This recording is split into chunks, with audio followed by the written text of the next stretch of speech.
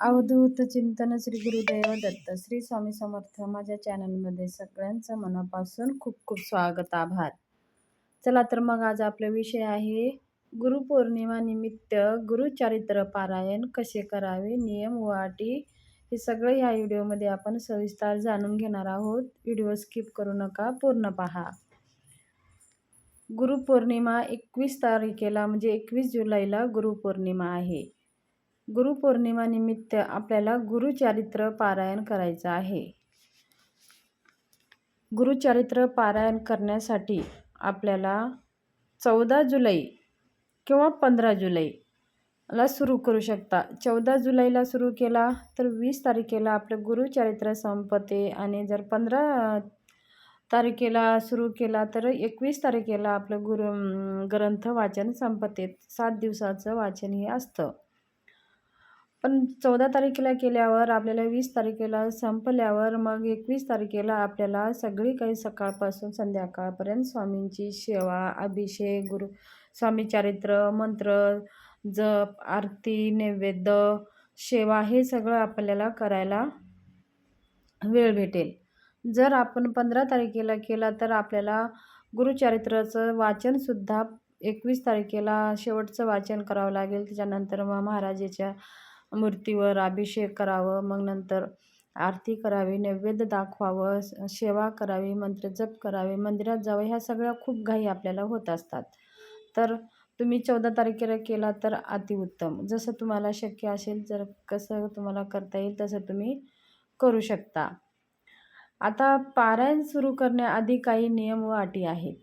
गुरुचरित्र हा 5वा वेद मानला जातो. हा कल्पवृक्ष ग्रंथ मानला जातो.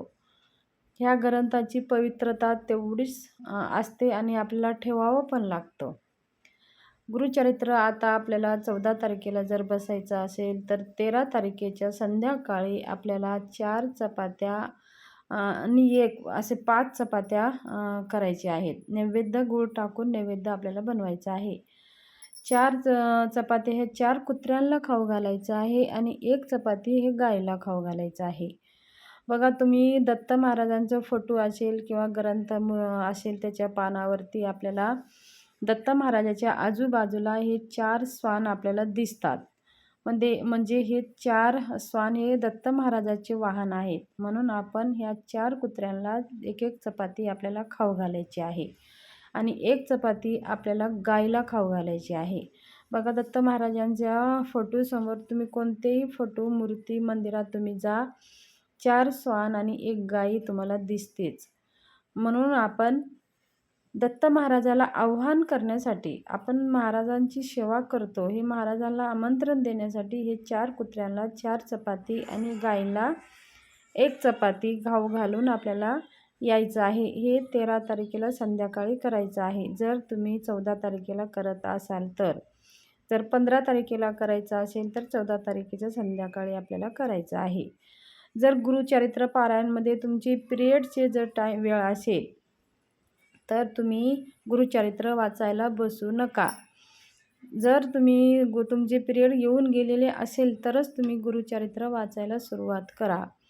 त्याचे नियम खूप कडक आहेत. आता आपल्याला हे 4 कुत्र्याला 1 गाईला जर नैवेद्य खाऊ घालून संध्याकाळी आलो तर आपल्याला काही नियम आहेत. ब्रह्मचर्याचं पालन करायचं आहे. नॉनव्हेज बिलकुल वर्ज्य आहे. आपण पण करायचं नाही. आपल्या घरामध्ये सुद्धा करू द्यायचं नाही. जर हे नियम पाळता येत असेल तरच गुरुचरित्र घरामध्ये वाचावं, नाही तर आपण सामूहिकरित्या वाचन केलं तर चालेल. स्वतः पण नॉनव्हेज वर्ज्य करायचं आहे. परान्न वर्ज्य करायचं आहे. परान्न म्हणजे दुसऱ्यांच्या घरचं, दुसऱ्यांच्या हाताचं अन्न खाऊ नये. आपल्या घरातल्या आईंचं, बहिणीचं खाल्लं तरी चालेल, पण दुसऱ्याच्या मैत्रिणीचं, कुणाच्या शेजारणीचं असल्यांचं हाताचं अन्न खायचं नाही आणि कुणाच्या घरीसुद्धा जायचं नाही. आपण आपल्या घरातच राहायचं आहे. घरातच वर झोपायचं आहे आणि जास्त एकच अन्न खायचं आहे. जास्त बोलायचं नाही, लबाड बोलायचं नाही, कुणाला धोकाधडी करायचं नाही. हे आपल्याला नियम कडकडून पाळायचे आहेत.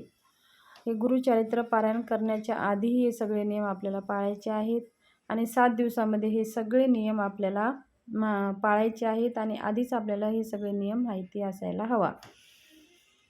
गुरुचरित्र पारायण सकाळी लवकर उठून करायचं आहे. सकाळी 5 वाजल्यापासून तर संध्याकाळी तुम्ही 4 वाजेपर्यंत हे गुरुचरित्र वाचन करू शकता.